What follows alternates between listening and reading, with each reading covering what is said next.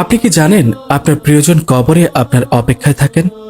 আপনি কি জানেন আপনার কলিজার টুকরা মা বাবা অন্ধকার কবরে শুয়ে আপনার হাতের দিকে তাকিয়ে থাকেন? এই দুনিয়ায় থেকেও আপনি যে কবরে তাদের জন্য উপহার পাঠাতে পারেন এটা জানেন? এই কথাগুলো জানলে কষ্টে আপনার বুক ফেটে যাবে। মন দিয়ে তাই শেষ পর্যন্ত ভিডিওটি দেখুন। আপনার প্রিয়জন যারা গত হয়ে গেছেন তাদের কবরে শেষ কবে গিয়েছিলেন? নিয়মিত তাদের কবরের কাছে যাবেন, প্রতিদিন বা সপ্তাহে একবার, আর না পারলে অন্তত মাসে একবার হলেও যাওয়া উচিত। কেন উচিত জানেন?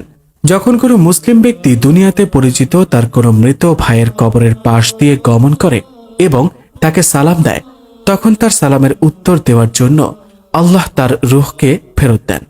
আল ইস্তিজকার 1/185 আর রূহ ইবনুল কাইয়িম রহমতুল্লাহ আলাইহি পৃষ্ঠা নম্বর 5।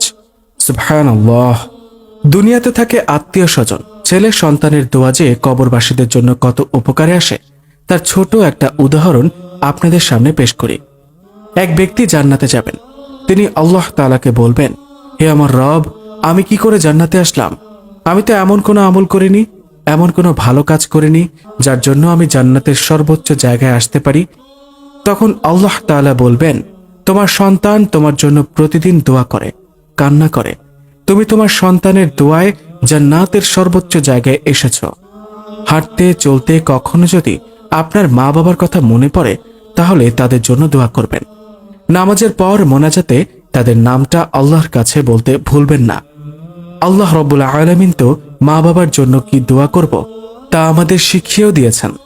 আপনি বলুন, রব্বির হামহুমা কামা রব্বায়ানি সগীরা, অর্থাৎ হে আমাদের পালনকর্তা, তাদের উভয়ের প্রতি রহম করুন যেমনই ভাবে তারা আমাকে শৈশবকালে লালন পালন করেছেন। প্রতিদিন না পারলেও যখনই সম্ভব হবে আলাদা করে 10টা টাকা হলেও কোনো অসহায়কে দিবেন। নিয়ত করে নিবেন যেন আল্লাহ তাআলা সকল মুসলমানদের কবরের আযাব মাফ করে দেন, জান্নাতের সাথে কবরকে সম্পৃক্ত করে দেন। মাইয়েতের জন্য সর্বশ্রেষ্ঠ হাদিয়া হল গোলাম আজাদ, সদকা, তার জন্য ইস্তেগফার, দোয়া ও তার পক্ষ থেকে হজ আদায়। রূহ পৃষ্ঠা নম্বর 345। মনে রাখবেন, তারা আপনার দিকে অধীর আগ্রহে তাকিয়ে আছেন। যদি কিছু দেন, যদি কিছু দেন। আপনিও একদিন চলে যাবেন। যদি আপনি আপনার প্রিয়জনদের ভুলে থাকেন তাহলে আপনার পর আপনার প্রিয়জনরাও আপনাকে ভুলে থাকবে। জান্নাতে কোনো কোনো ব্যক্তির মর্যাদা বৃদ্ধি করা হবে। তখন সে বলবে, কিভাবে আমার মর্যাদা বৃদ্ধি পেল? তখন তাকে বলা হবে, তোমার সন্তান তোমার জন্য আল্লাহর নিকট ক্ষমা প্রার্থনা করেছে, তাই।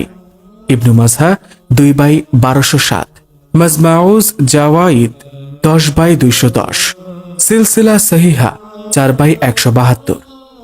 অন্ধকার কবরে আপনি অপেক্ষায় থাকবেন 100 বছর, কিন্তু আপনার ডাকবাক্সে কখনো কোনো চিঠি আসবে না। কখনো ফেরেশতা মারফত এই ফরমান পৌঁছাবে না যে তোমার প্রিয়জনদের দুয়ার উসিলায় আল্লাহ তোমাকে ক্ষমা করে দিয়েছেন।